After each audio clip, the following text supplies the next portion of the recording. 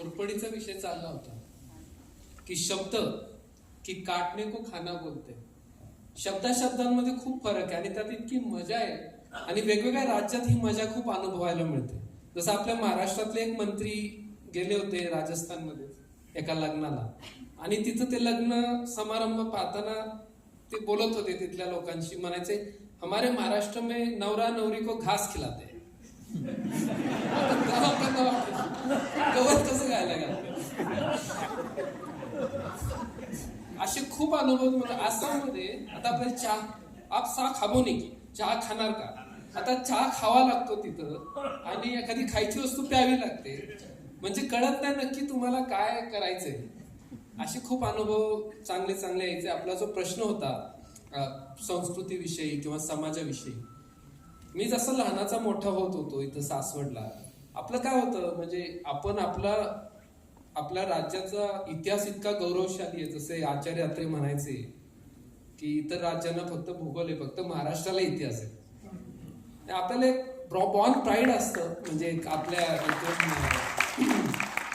संस्कृतीविषयी म्हणा, आपल्या इतिहासाविषयी. पण कधी कधी आपला हा जो गर्व आहे ना, तो त्याचा अतिरेक सुद्धा होतो. कारण मला कॉलेजला असताना बऱ्याच वेळेस वाटायचं की हिंदी किंवा इंग्लिशच का आपली ऑफिशियल लँग्वेज देशाची, ती बदलली पाहिजे, मराठी केली पाहिजे. म्हणजे एक नॅचरल प्राईड आहे, पण त्याला आपण एक वेगळ्या लेवलला घेऊन जाऊ शकतो. आणि कदाचित मी इतर राज्यांमध्ये इतर अधिकाऱ्यांशी इतर सर्व ठिकाणी जेव्हा फिरलो, मसुरीमध्ये असेल इतर ठिकाणी, सगळेजण महाराष्ट्रातून आलेल्या अधिकाऱ्यांकडे खूप आदर्शवादी किंवा देशाचा विचार करणारे अशा पद्धतीने पाहतात. ही खूप चांगली गोष्ट आहे. म्हणजे महाराष्ट्रातून कुणी अधिकारी आलाय म्हणजे तो नक्कीच खूप ब्रॉड माइंडेड असेल, नक्कीच खूप तो देशाचा विचार करणारा असेल. अशा प्रकारची एक चांगली धारणा इतर लोकांमध्ये पाहायला मिळाली. आणि एक खूप चांगलं आहे, शासकीय अधिकारी होऊन जेव्हा तुम्ही इतर राज्यांमध्ये जाता, कुठेतरी आपण आपल्या कम्फर्ट झोनच्या बाहेर जातो आणि जेव्हा आपण इतर समाज, इतर संस्कृती अनुभवायचा प्रयत्न करतो किंवा तेथील सामान्य लोकांकडून शिकायचा प्रयत्न करतो, तिथली समाज व्यवस्था जवळून पाहतो, त्यावेळेस ऑटोमॅटिकली खूप नैसर्गिकपणे मला वाटतंय तुमच्यामध्ये एक वेगळा ब्रॉड माइंडेडनेस येतो. जे काही छोट्या छोट्या काही संकुचित आपल्या आयडेंटिटीज असतात त्याच्या पलीकडे जाण्याची क्षमता आपल्यामध्ये येते. म्हणजे स्वतःच्या प्रदेशाविषयी, भाषेविषयी किंवा संस्कृतीविषयीचा अभिमान हा थोडाही कमी न होता तुम्ही इतर संस्कृती, इतर भाषा, इतर लोक, इतर समाज, इतर इतिहासांचा सुद्धा हळूहळू गौरव करायला शिकता किंवा त्याच्याविषयी तुमच्या मनामध्ये आदर वाढायला लागतो आणि त्यातून मला वाटतं खऱ्या अर्थाने आपलं भारतीयत्व साकारण्यात येतं. त्यामुळे खूप महत्वाचं आहे, खूप चांगलं आहे की जेव्हा पण आपल्याला संधी मिळू शकते आणि आपण इतर राज्यांमध्ये काही कारणाने सेवा जर देऊ शकलो किंवा जाऊ शकलो, तिथले अनुभव घेऊ शकलो, तर त्यातून आपण एक व्यक्ती म्हणून नक्कीच खूप विकसित होतो. म्हणजे भाषेतलं सौंदर्य मला जे अनुभवायला मिळालं, मी जेव्हा आसामला गेलो पहिल्यांदा, तिथे मुलं आपल्या वडिलांना देवता नावाने पुकारतात. जसं आपल्याकडे बाबा हा कॉमन शब्द आहे, तिथे देवता आहे. म्हणजे विचार करा, एका शब्दामध्ये अख्खी संस्कृती कळते की जिथं आई वडिलांना ईश्वराचं स्थान दिलं गेलं, तिथली संस्कृती किती श्रेष्ठ दर्जाची असेल. किंवा लहान लहान गोष्टींमध्ये, म्हणजे आपल्याकडे काही ठिकाणी गावांमध्ये आपण पाहतो की जास्त वयाची व्यक्ती सुद्धा कमी वयाच्या व्यक्तीच्या पाया पडते. तिथं ते खूप सर्रास पाहायला मिळायचं की खूप जास्त वय आहे तरी सुद्धा ते पाया पडतील किंवा ते एक आदर व्यक्त करणं किंवा छोट्या छोट्या गोष्टीमध्ये इतकं सौजन्यशीलता पाहायला मिळाली. कारण आपलं कसं होतं, आपण थोडंसं दगडांच्या देशात, राकट देशात, तशा पद्धतीचं आपलं ते थोडं आपल्या कॅरेक्टरमध्ये आलेलं असतं. पण आसामचं मी पाहिलं की निसर्ग सौंदर्य इतकं चांगलं आहे, काय झाडी, काय डोंगर, निसर्ग सौंदर्य आहे. म्हणजे पाऊस प्रचंड आहे, 3-4 वेळाचं पीक आहे, सुबत्ता आहे. म्हणजे आपल्याला आश्चर्य वाटेल ऐकून की जेव्हा भारत स्वतंत्र झाला त्यावेळेस आसामचं दरडोई उत्पन्न हे इतर राज्यांपेक्षा जास्त होतं, one of the highest in the country. इतर काही भौगोलिक आणि इतर कारणांमुळे तो प्रदेश थोडा काही वर्षांमध्ये मागं पडत गेला. पण समाजामध्ये जी संस्कृती आहे तिथे सुद्धा शंकरदेव, माधवदेव यांच्याकडून आलेली भक्ती परंपरा असेल, भक्ती संप्रदाय किंवा एकूणच आपण जेव्हा वावरतो त्यावेळेस त्या भाषेतून आणि संस्कृतीतून आपल्याला खूप खूप काही शिकण्यासारखं मिळतं. म्हणजे तिथल्या गावांमध्ये जाऊन लोक ज्या पद्धतीने कीर्तन करायची किंवा ज्या पद्धतीने तिथे एकूण समाजामध्ये आदरातिथ्य असेल, तर ही मुळं म्हणजे हजारो वर्षांपासूनची रुजलेली आहेत. आणि इतक्या मृदू स्वभावाची व्यक्ती लोक असताना ते किती कणखर होऊ शकतात याचं एक खूप चांगलं उदाहरण म्हणजे मुघलांनी संपूर्ण त्यावेळेस भारत जिंकला, पण आसामवर 13 आक्रमणं करून सुद्धा आसाम ते जिंकू शकले नाही. 13च्या 13 वेळेस त्यांचा पराभव झाला. यातनं दिसतं की आपण मृदू असताना सुद्धा किती कणखर होऊ शकतो. तर असे बरेच काही अनुभव आहेत आणि त्या समाजात आणि त्या संस्कृतीतून खूप काही शिकायला मिळालं. आता पुढचा एक प्रश्न की आपण आपल्या करिअरमध्ये इतर राज्यांमध्ये इतकं फिरला, एखादा असा संस्मरणीय अनुभव की जो तुम्हाला आपल्या सर्व श्रोत्यांबरोबर शेअर करायला आवडेल या करिअर मधला, की something that really moved you, made you happy?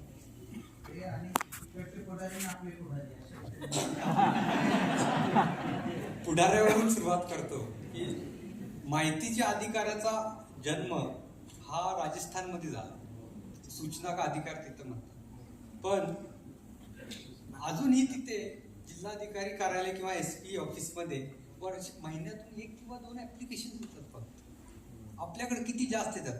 तिची पॉलिटिकल एम्पॉवरमेंट आपल्याकडे झाली ना, ती तिकडे नाही. म्हणून अजूनही तिकडचे आमदार, इव्हन मंत्री सुद्धा कलेक्टर SP ना, आम्ही SP होतो तर मला फोन करून म्हणायचे, हुकुम मैं आपको मिलने आना चाह रहा हूं, समय दीजिए. SP ना हुकुमच म्हणतात तिकडे. तर ही ती अजूनही अधिकाऱ्यांचं स्थान मोठं मानलं जातं. ती जी एम्पॉवरमेंट आपल्याकडे सचिवालय जे आहे त्याला मंत्रालय म्हणतात, तिकडच्या सेंट्रल सेक्रेटरीला सचिवालय म्हणतात. सचिव अजून तिकडे मोठा आहे, राजस्थानचं मी बोलतो. तर ती एक गोष्ट आहे. तर ती चांगली की वाईट मला माहित नाही, पण प्रतिनिधींचं सरकार असावं. आणि दुसरी एक संस्मरणीय गोष्ट सांगतो. आपण प्रशासकीय अधिकारी असतो आणि कित्येकदा आपल्याला दबावाखाली काम करावं लागतं. असा कुठलाच अधिकारी नाही जे दबावाखाली त्याच्यावर दबाव आला नसेल किंवा काम केलं नसेल. त्याचा एक सत्य घटना सांगतो. मी CBI मध्ये होतो. कालच त्यांचं निधन झालं, ओमप्रकाश चौताला साहेब. त्यांचं शिक्षक भरतीचा घोटाळा होता. तर ते मुख्यमंत्री असताना मुख्यमंत्री कार्यालयात बसून त्यांनी शिक्षक भरती केली असं त्यांच्यावर आरोप होता. तर आम्ही त्यांच्या मुख्यमंत्री कार्यालयातील एक कक्ष अधिकारी, त्या अधिकाऱ्याला चौकशीसाठी बोलवलं आणि त्याला म्हणलं, तू सुद्धा आरोपी आहे, तुझी सही आहे त्या कागदावर. कारण की त्या कागदावर तुझी सही आहे म्हणजे तू सुद्धा सहआरोपी झालास. तुम्ही भरतीची प्रक्रिया पार न पडता डायरेक्ट अपॉइंटमेंट दिल्या शिक्षकांची. तर तो म्हटला, बाकीचे सगळे आरोपी असतील, मी नाही. म्हणलं का? साहेब माझी सही बघा तुम्ही. बघितली. म्हणलं त्या सहीवर काय लिहिलंय पहा. काय? UP. हा म्हणला, मी UP लिहिले म्हणजे अंडर प्रेशर. मला मी त्याच वेळेस लिहून ठेवलं होतं, तो माझा पुरावा आहे. मी कक्ष अधिकारी मुख्यमंत्री समोर मी त्यांचा ऐकणार नाही असं शक्य आहे का? आणि तुम्हाला खरं सांगतो, CBI काय पुढे कोर्टाने सुद्धा त्याला निर्दोष केलं. ही एक ट्रिक सांगितली तुम्हाला, जे सेवेत आहेत त्यांच्यासाठी. मी नागोरला ऑब्झर्वर होतो. पोटनिवडणूक होती आणि तिथले ते खासदार हनुमान बेनीवाल, तुम्हाला माहिती आहे, ते दिप्पाड माणूस आणि नावाप्रमाणेच हनुमान. आणि त्यांचे भाऊ निवडणुकीला होते. ते राजीनामा देऊन खासदार झाल्यामुळे ते राजीनामा दिला, मग आमदारकीची निवडणूक लागली. मग ते म्हणले भेटायला येणार आहेत ऑब्झर्वर साहेबांना. अरे म्हणलं कोण? हनुमान. त्यांना हनुमान म्हणूनच प्रसिद्ध ते. मला वाटलं हनुमान म्हणजे ते नावाप्रमाणे हनुमानच होते, पण बोलायला एवढा माणूस मृदू होता की मग त्यांनी मला कुठले काय वगैरे झालं पुण्याचं म्हणल्यानंतर बोलले, जावडेकर साहेब त्यांच्या मार्फतच आम्ही सगळं मोदी साहेबांना भेटतो बोलले. आणि जरी ते राकट आणि हे ते असले तरी तसे तिकडचे एवढे अग्रेसिव्ह नाही आहेत पुढारी, असं माझा अनुभव आहे. फॉर्म भरायला जरी आले किंवा कशाला जरी आले भेटायला आले तर त्यांच्या ह्याच्यामध्ये राजस्थान असो गुजरात असो उमेदवारात सुद्धा कधी भांडणं होत नाही की निवडणूकमध्ये काय असेल ते होईल. आपल्याकडं त्या आरओच्या ऑफिसमध्येच भांडणं सुरू होतात, असे सगळे किस्से आहेत आपल्या ह्याच्याकडे.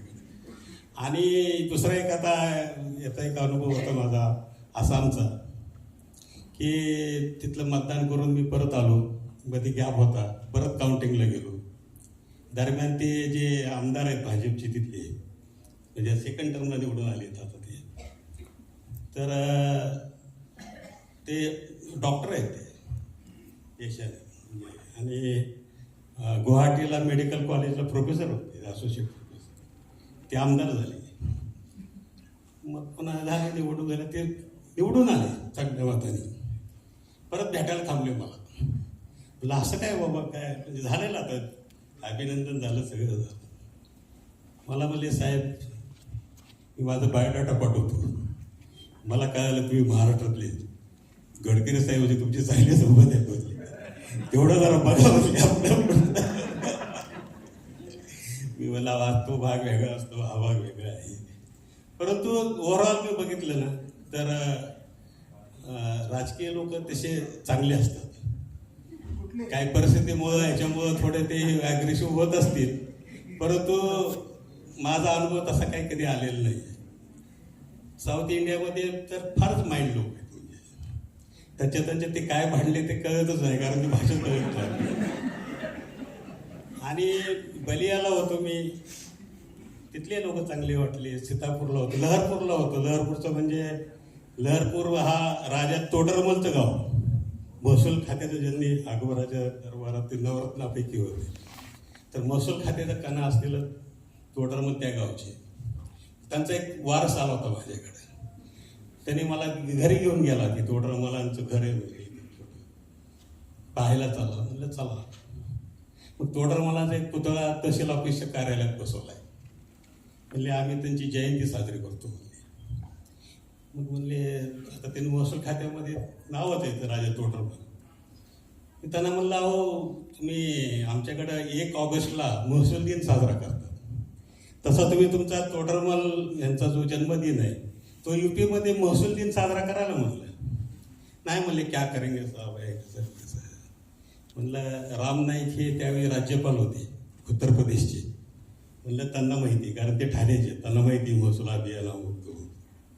तर तुम्ही एकदा त्यांना निवेदन द्या की बाबा एवढं महसूल खात्याचं ज्यांनी पायोनियर आपण म्हणू ते त्यांच्या गावाच्या तिथं आहे, तर UP-मध्ये तुम्ही साजरा करायला काय हरकत नाही त्यांचं.